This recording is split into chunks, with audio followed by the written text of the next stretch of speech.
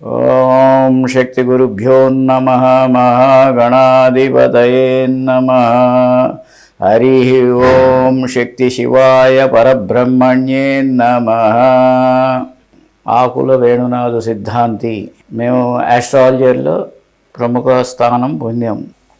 ఈ గ్రహణం రేపు వచ్చేది పౌర్ణమికి వచ్చేది గ్రహణం. ఇది కుంభరాశిలో ధనిష్ట శతభిషం పూర్వభాద్ర నక్షత్రంలో ఈ గ్రహణం వస్తుంది. అయితే సహజంగా రాశి యొక్క గ్రహణము వారికే ఇది వర్తిస్తుంది అనే పదాన్ని ఇక్కడ వ్యక్తపరుస్తున్నారు. సహజంగా ఇక్కడ రాశి అనగా ఒక రకంగా చెప్పాలంటే శివుడు. అయితే దీంట్లో లగ్నము అనేది కూడా ఉంది కదా. ఈ లగ్న ప్రమాణాన్ని బట్టి కూడా ఇది వస్తుంది. అందువలన ఈ గ్రహణం అనేది ఈ సృష్టిలో ఉన్న ప్రతి ఒక్కరికి వర్తిస్తుంది. ఎందుకంటే మేషరాశి అనుకుందాం. ఫస్ట్ మేషరాశి. ఈ మేషరాశిలో మీకు 11వ స్థానంలో జరుగుతుంది గ్రహణం. అంటే అర్థం ఏంటి? 11వ రాశిలో జరుగుతున్నప్పుడు ఈ 11వ స్థానం ఎలాంటిదంటే లాభము అనేది ఒక తీరి. రెండోది ఏంటంటే భార్య అనుకూలత. ప్రతి ఒక్కరిది లాభం అంటే ఏంటి? ప్రతి ఒక్కరిది. ఇప్పుడు మేషరాశి వారికి ఈ లాభంలో జరుగుతున్నప్పుడు గ్రహణం అది ఒక రకమైన దోషం కాబట్టి అందుకని మేషరాశి వారు లాభస్థానానికి దోషం వస్తుంది కాబట్టి మేషరాశి వారు కూడా చేయాలి. అంటే రాశి అయినా లగ్నమైనా, రాశి అంటే శివుడు, లగ్నము అనగా విష్ణువు. అప్పుడు ఈ లగ్నంలో కానీ రాశిలో కానీ ఇప్పుడు దేహము, విష్ణువు అంటే దేహం, శివుడు అంటే ఆత్మ.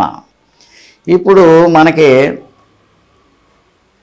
మేషరాశి లాభస్థానం కాబట్టి లాభానికి సంబంధించిన దోషం వస్తుంది. అదే వృషభ రాశి వారికి కర్మస్థానం అంటే రాజ్యస్థానం. ఈ రాజ్యస్థానంలో ప్రతిదీ మనకు జరగదే రాజ్యం అంటే వృత్తి ప్రవృత్తులు అన్నిటిలోనూ ఈ రాజ్యం అనే దాంట్లో దశమాధిపత్యం. ఈ దీనిలో దోషం వస్తుంది. అలాగే మిథున రాశి భాగ్యం. భాగ్యము అంటే తెలిసిందే, తండ్రి వస్తాడు, తర్వాత ఏంటంటే సర్వభాగ్యాలకి అధిపతి, అక్కడ దోషం వస్తుంది. అలాగే కర్కాటక రాశి లేదా లగ్నము. ఇప్పుడు దీంట్లో అష్టమ భావం వస్తుంది. అంటే అష్టమం అంటే ఏంటి? ఆయువు ఆరోగ్యం, సమస్త విషయాలు మెయిన్ ఏంటంటే ఆయువు ఆరోగ్యం. ఈ కర్కాటక రాశి వారికి ఆయువు ఆరోగ్యం కావాలి అన్నప్పుడు మరి అది దానికి చేయాల్సిన పరిస్థితి ఉంటుంది. ఇక సింహరాశి. ఈ సింహరాశి వారికి మీకు సప్తమ స్థానంలో గ్రహణం అంటే సమసప్తకాలు అంటారు. ఈ సమసప్తకాల్లో మీకు భార్యాభర్తలు అంటారు దీన్ని. అంటే ఒకళ్ళకి ఒకళ్ళు అంటే ఇద్దరికి సమన్వయం అవుతుంది. అప్పుడు అక్కడ దోషం వస్తుంది కదా. అలాగే కన్యారాశి. ఈ కన్యారాశిలో షష్ఠ స్థానము. ఈ షష్ఠ స్థానము అంటే ఇక్కడ ఏం జరుగుతుంది? శత్రుస్థానం. ఈ శత్రుస్థానంలో కూడా దోషం వస్తుంది. శత్రు రుణ రోగాలు అంటారు. ఈ దోషం అంటే కన్యారాశి వారు కూడా ఈ విధంగా వస్తుంది. అంటే కన్యారాశి అయినా లగ్నమైనా, అంటే రాశి అంటే శివుడు, లగ్నం అనగా విష్ణువు. అలాగే తులారాశి పంచమ స్థానం. పంచమ స్థానం అంటే ఏంటి? పుత్రస్థానం అంటే బిడ్డలు. అలాగే అనుష్ఠానం, దేవతలు అందరూ వస్తారు దీంట్లో కూడా.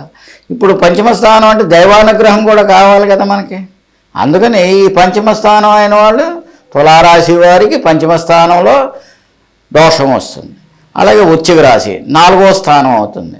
ఈ 4వ స్థానంలో మరి ఆత్మకారకత్వం వస్తుంది, తల్లి వస్తుంది, సమస్త సర్వ సుఖాలు సౌభాగ్యాలు, తర్వాత వాహనాలు, ఏ సుఖమైన సర్వ సుఖాలలో దోషం వస్తుంది వృశ్చిక రాశి. అప్పుడు 4వ స్థానం అంటే మరి ఆ సర్వసుఖాలు పోతుంది. ఇల్లు, వాహనం, సుఖం, సౌఖ్యము అన్నీ పోతుంది.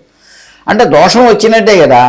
అందుకని ఈ విధంగా లగ్నం అయితే దేహము, రాశి అయితే శివుడు, ఇది ప్రధాన అంశం. అలాగే ధనస్సు. ఈ ధనస్సు అన్నప్పుడు ఏంటి? 3వ స్థానం అవుతుంది. 3వ స్థానం ఏంటంటే బంధుమిత్ర సపరివారములు, సోదరులు, సోదరీమణులు, వీళ్ళందరూ కూడా మనకి వర్తిస్తారు. అప్పుడు మనకి వాళ్ళందరూ కూడా సహకరించాలి కదా, అందుకని దానికి ఇది. అలాగే ఇక మకర రాశి వారికి ఏంటి, ద్వితీయ స్థానం అంటే వాక్స్థానము, కుటుంబ స్థానము అంటారు. అలాగే ఆర్థికం, ధనము, అన్ని విషయాలు. వాక్స్థానం బలంగా ఉంటేనే కదా అది, అక్కడ ఆ దోషం వస్తుంది. అంటే ఏంటి, ఇక్కడ ఈ ఆందోళన, ఆతృత, మొండితనం ఇవన్నీ ఎఫెక్ట్లతో కొన్ని విషయాలు వచ్చి చివరికి ఏంటంటే కొన్ని బాధలు పడాల్సి. ఇలాగూ మరి కుంభరాశి అంటే మళ్ళీ సమసప్తకాలు, దానికి దోషం. మీనం అంటే వ్యయము అంటే మరి వ్యయం అయిపోయినట్టే కదా అది. అలాగే ఇక్కడ ఇంకొక విషయం ఏంటి అంటే, సహజంగా మేషరాశి అంటే, మేషము అంటే తల. ప్రతి శరీరంలో మేషరాశి తల, వృషభ రాశి వాక్స్థానం, కంఠము, మిథునం, కర్కాటకము, వక్షస్థలము, సింహము, ఉదరము, కన్య.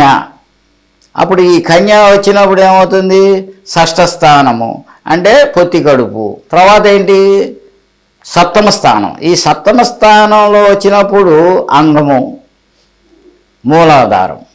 అప్పుడు ఈ మూలాధారం అన్నప్పుడు భార్యాభర్తలు అది కూడా వస్తుంది.